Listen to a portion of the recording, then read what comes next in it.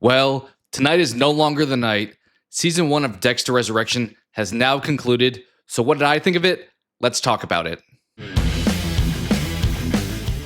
Hey, great to have you here. So as mentioned, today I'll be reviewing Dexter Resurrection Season 1 as a whole. I won't cover absolutely everything from the season in this review, so feel free to bring up any Dexter Resurrection details or topics down below in the comments, and check out my episode breakdowns for more in-depth conversation.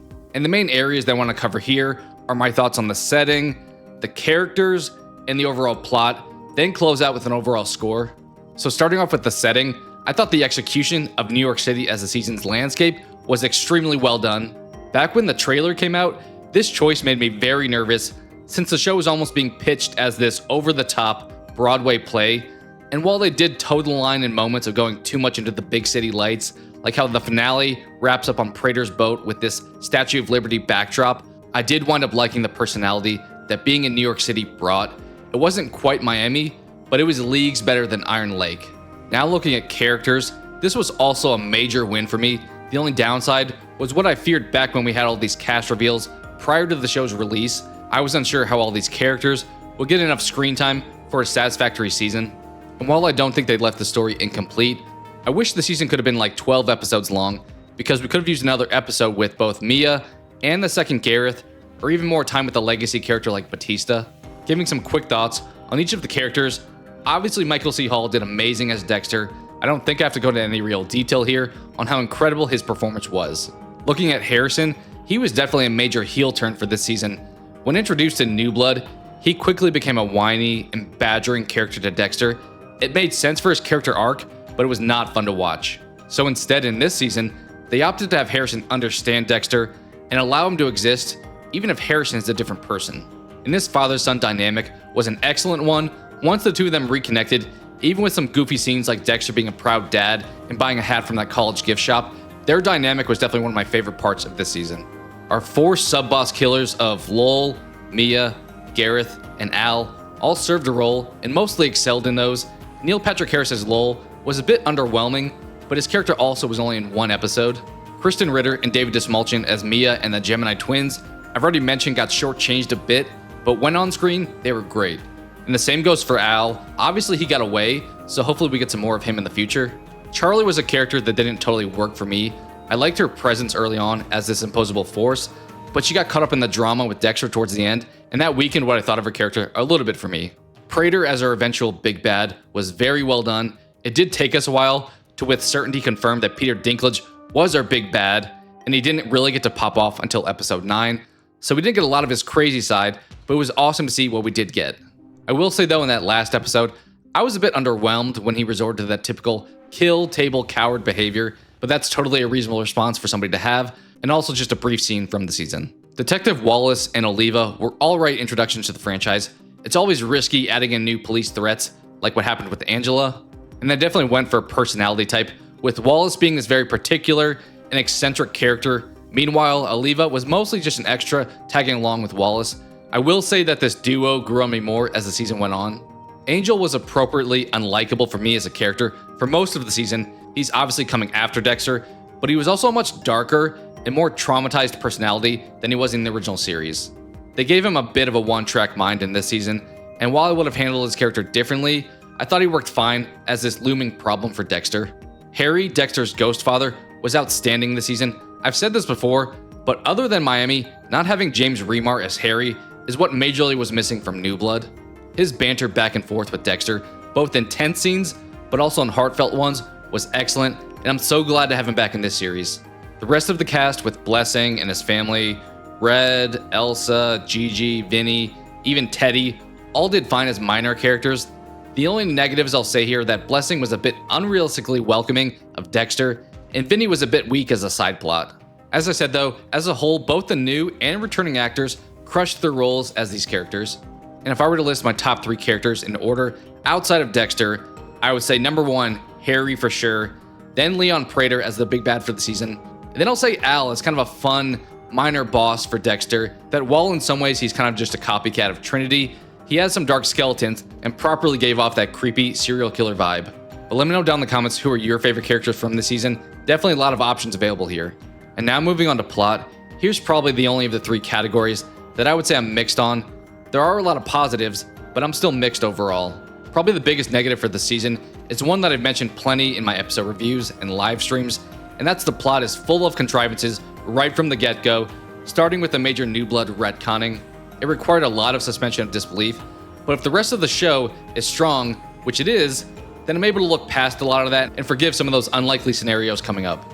After the hilarious retcon of everything from Iron Lake, we start the cat and mouse game with Angel and Dexter, and I really like this storyline and definitely wish it lasted longer than it did. And from there, Dexter heads to find Harrison in New York City, and we get the whole Ryan Foster case with Detective Wallace hunting down this killer, and despite continually interrogating Harrison, never winds up busting him. That plot also just kind of got thrown out, and nothing came from the lack of Mia fingerprints on Ryan's watch. It seems like the crime just got blamed on her, and that whole detail with the watch never really came up again. I was mostly indifferent towards the dark passenger stuff.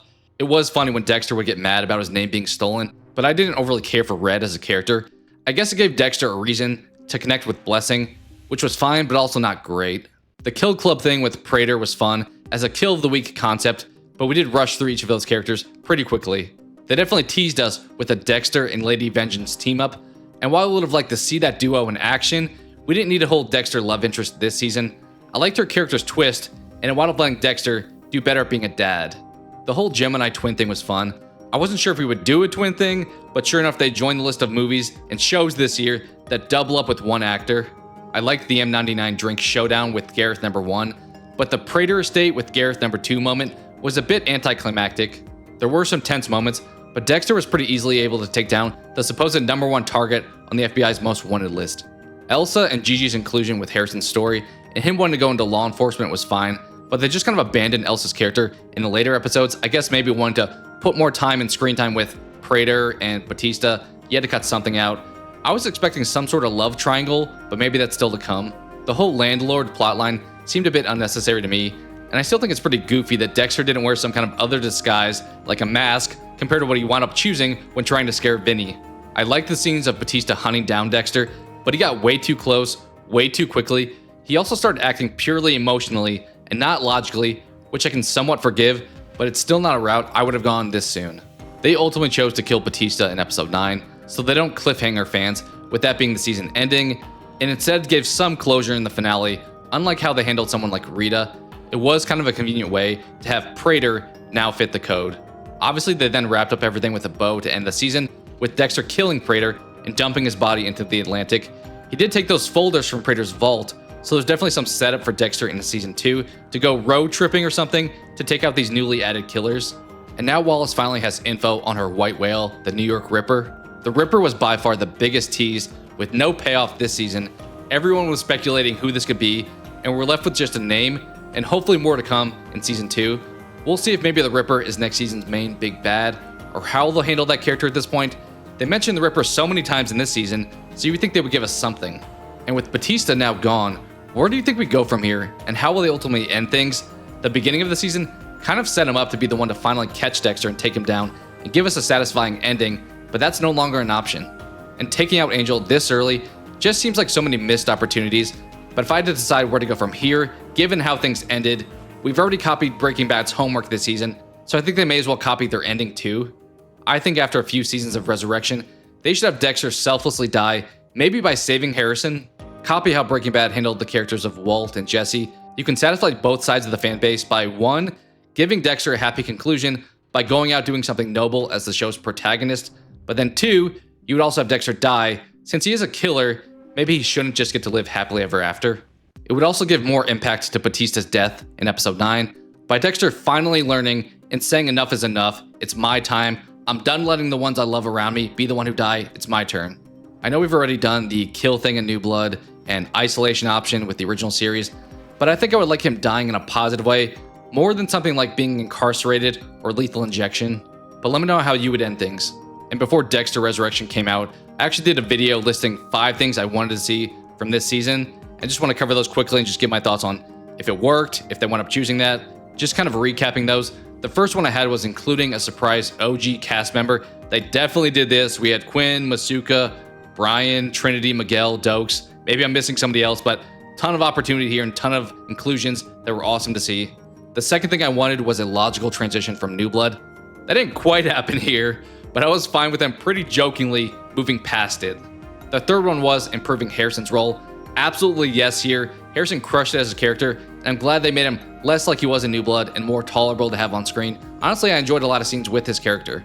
The fourth one I had was creating a strong big bad with Peter Dinklage's Leon Prater, but I would have probably given him some more time. Behaving like he does in episode 9, early on, having that kind of manic behavior would have been nice to have. I think if you asked a lot of fans early on who they thought the big bad was, I don't know if a lot of people would have even said Leon Prater. He doesn't even show up till episode 4, I believe, so could have given him some more time, but what we got of him was certainly awesome. Then the fifth one was have New York City match Miami's energy. I already talked about this a little bit, but absolutely yes here. Love the New York City landscape, and it really worked for this season. Before jumping into a rating, I did also want to point out that this show probably had just a few too many fan service moments. I'm a sucker for Easter eggs, but when they hammer us with a ton of back-to-back ones, one of which literally was a hammer, I feel like the writers aren't taking the audience's intelligence too seriously, that we'll just be happy seeing the thing that reminds us of the other thing from before. Maybe if they took things down just a slight notch, like that's why I know a lot of people loved episode 4, showing us all the stuff in Prater's vault, which I thought was cool, but it was major fan service that felt like, alright, this is a little too much. Too convenient that Prater's talk about these 3 things that all tie to Dexter right at the same time. And now as far as the score goes for season 1 of Dexter Resurrection, I'm gonna go with an 8 out of 10. It really excelled as a show and exceeded just about all expectations that I had coming into it. But the conveniences, the limited screen time for certain characters, the handling of Angel are what keep it from being an absolute all-timer. I've shared this a bunch before, but check out these scores that each episode of every season has received on IMDb. In the picture, season 9 is New Blood, 10 is Original Sin, and 11 is Resurrection. But you can see that most fans rate this season of Dexter as by far the best of all time.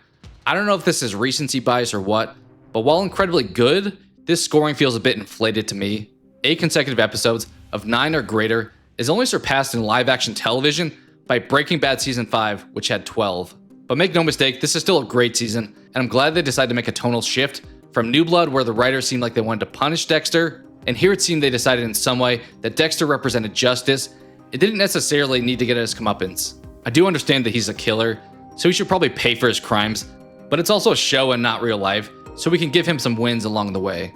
And overall, I listed a ton of reasons why I absolutely love this season of Dexter, although it's not a record-breaking season to me, at least not for now.